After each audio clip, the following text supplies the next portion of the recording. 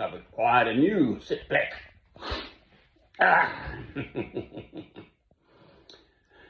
Oh, I tried to put old Noli in the drawer, and he said, "No, let me out of here, let me out of here. I'm not waiting until next Christmas." So I'm having an un-Christmas day. There we go. You get one Christmas day a year, and 364 un-Christmas days. And Heidi, of course, just... so they keep each other company when I'm not here.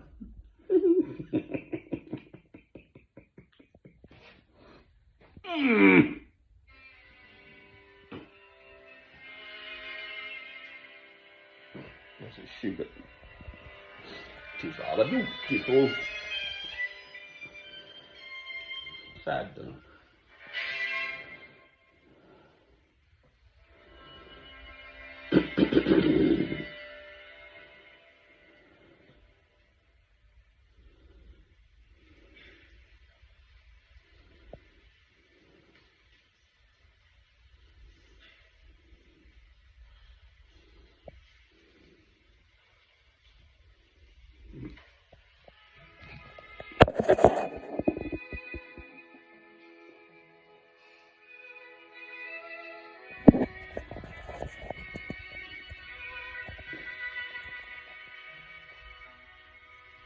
They're all mad in America.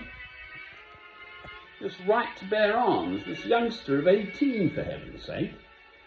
White youngster drove 200 miles, I think. I still have miles in America, from New York to Buffalo. And then just started shooting black people. Some policeman tried to take him down, and he had a blooming military flak jacket on, so, you know, that saved him, and he went off and killed a few more. What was all that about? Gee. And yet this right to bear arms in America, they're all potty over there. Wow.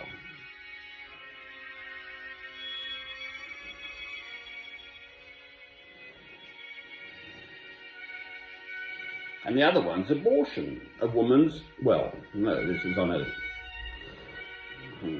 entirely different scale of awfulness.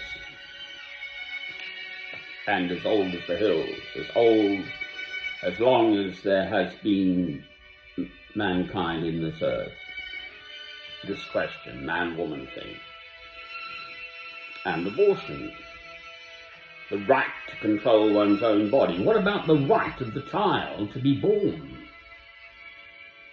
How about not having a quick "how's your father" and then a quickie, you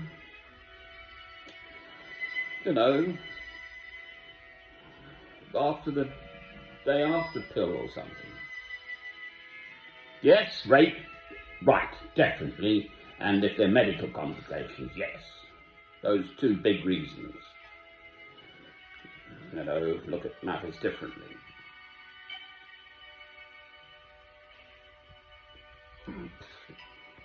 That is the way God has made us, men and women.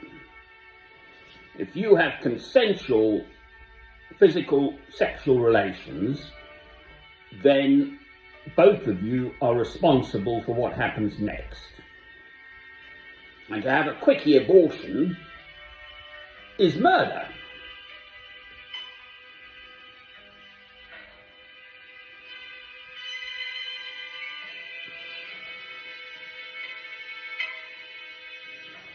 From conception, once the sperm hits the egg, divides into 4, that's where God is. So to take that life, as far as I'm concerned, is murder. Yes, I'm a man. No, I don't have to go through this. But what about the joy of bearing a child? What about when you're in your late 30s and you can't conceive anymore, and you look back and you say, oh, I wish But that human being doesn't exist because it was murdered.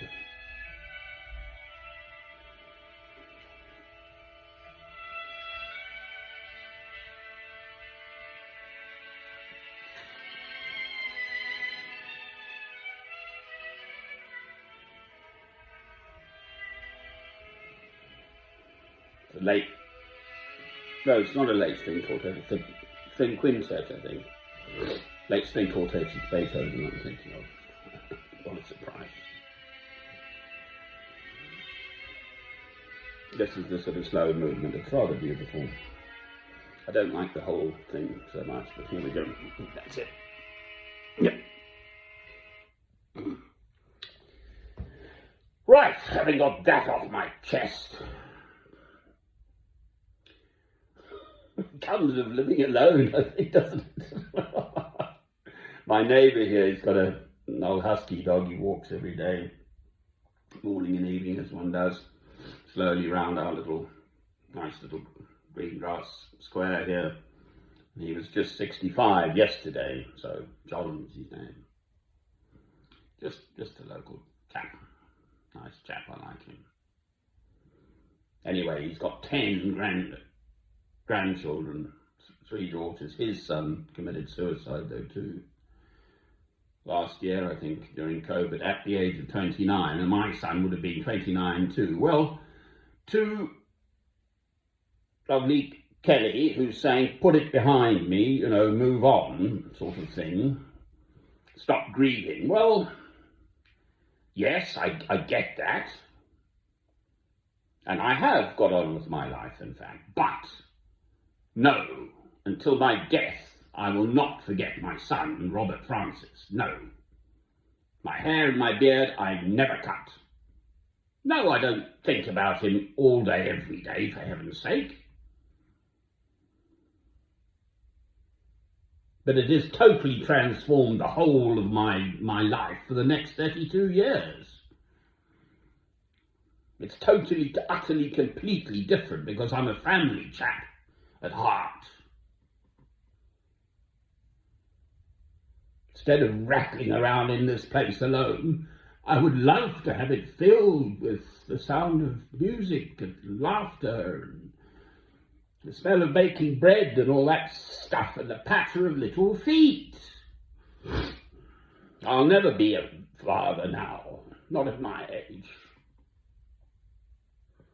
Certainly never a grandfather. So, no, I can't just put it behind me. God meant it to happen. Thereby, God gave me this rock-solid faith to share. I recognize that. I'm a completely transformed human being, quite frankly. Because of this. I wasn't like this 30 years ago. Yes, I had faith. We used to go to the odd church service and the like. Not the way I am now. For me, my faith now is a living, daily matter.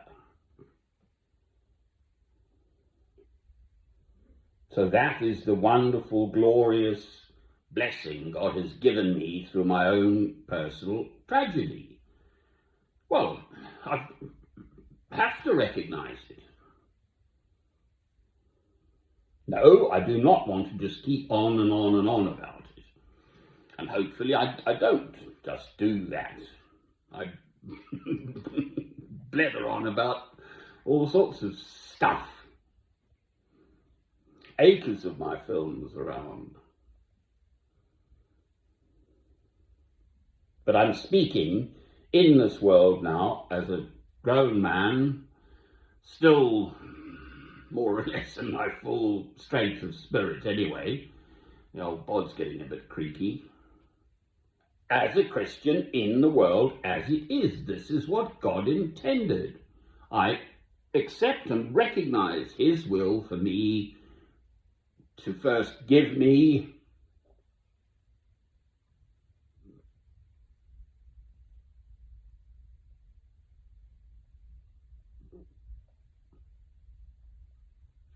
all that stuff, home, family, and so on and so on, wife, obviously, and to take it away.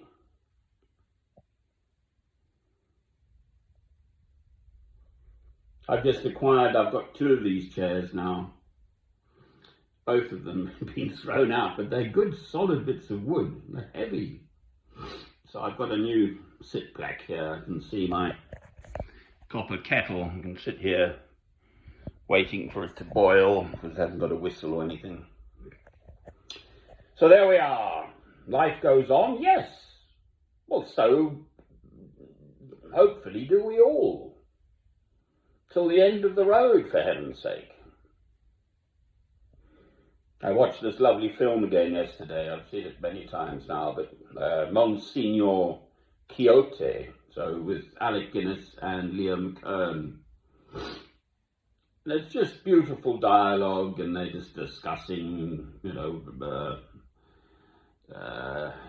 McKern is playing Sancho to Don Quixote, the Cervantes is the original story, and they're based in El Toboso in Spain, and the little motor car, which would have been his horse, Don Quixote's, the original, would have been on a horse, tilting at windmills, that sort of story. Anyway, his little motor car is called Rosinante, the horse's name. There's something called Mambrino's helmet. I think he used a bowl to put on his head as a helmet or something. And it's beautifully written and beautifully filmed. It's basically just these 2 men, one the Roman Catholic priest, so that's Monsignor Quixote, but he gets made into a Monsignor and that changes things and so on. And just the whole way it's filmed, and it's just a beautiful, and the mayor of El Toboso, former mayor, he gets sacked, or not voted in, and then he is the Sancho Panza, so Sancho too, and they go off in their little motor car cruisers.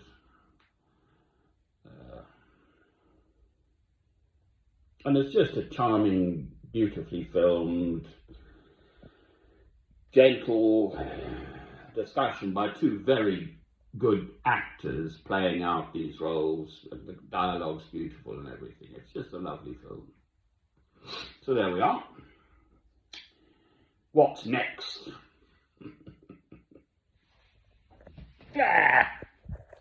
Crickety, crickety.